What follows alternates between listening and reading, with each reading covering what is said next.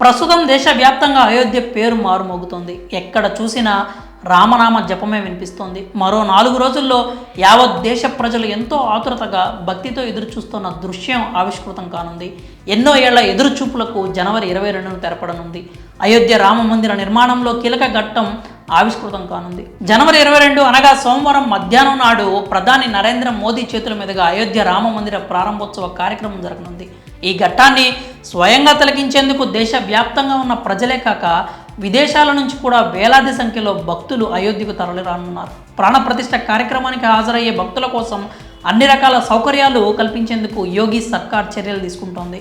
ఈ క్రమంలో ప్రస్తుతం అయోధ్య రామ మందిర నిర్మాణానికి ఎంత ఖర్చు అయింది అనే దాని గురించి జోరుగా చర్చ సాగుతోంది. మందిర నిర్మాణం కోసం దేశ విదేశాల నుంచి నిధులు సేకరించారు. అనేక మంది స్వచ్ఛందంగా ముందుకొచ్చి విరాళాలు ఇచ్చారు.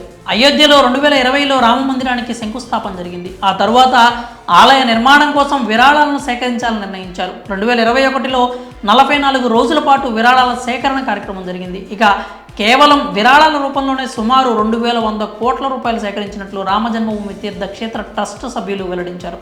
వాస్తవంగా అయితే విరాళాల రూపంలో కేవలం 1000 కోట్లు మాత్రమే వస్తాయని ట్రస్ట్ అంచనా వేసింది. కానీ అంచనాలకు మించి మరో 1100 కోట్ల రూపాయలు అధికంగా వచ్చాయి. అయితే విరాళాల సేకరణకు గడువు ముగిసిన తర్వాత కూడా భారీ ఎత్తున నిధులు వచ్చాయని, ప్రస్తుతం అవి 3000 కోట్ల రూపాయలకు పైగానే ఉన్నాయని వార్తలు వినిపిస్తున్నాయి.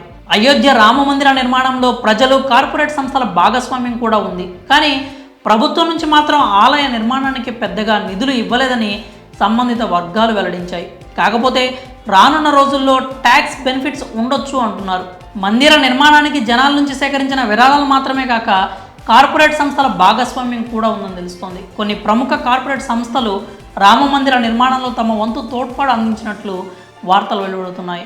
పలు సంస్థలు ఆలయ నిర్మాణానికి సంబంధించిన అనేక రకాల పరికరాలు, సామాగ్రి ఇచ్చినట్లు సమాచారం.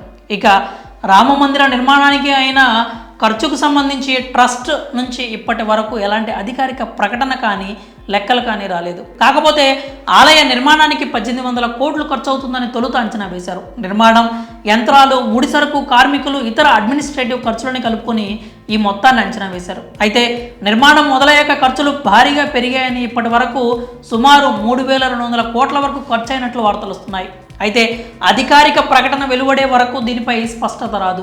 అయితే 2023 అక్టోబర్ నాటికి విరాళాల రూపంలో మందిర నిర్మాణానికి లభించిన మొత్తం డబ్బుల్లో 900 కోట్లు ఖర్చయ్యాయని, మరో 3000 కోట్లు బ్యాంకు ఖాతాలో ఉన్నట్లు ట్రస్ట్ సభ్యుల్లో ఒకరు వెల్లడించారు.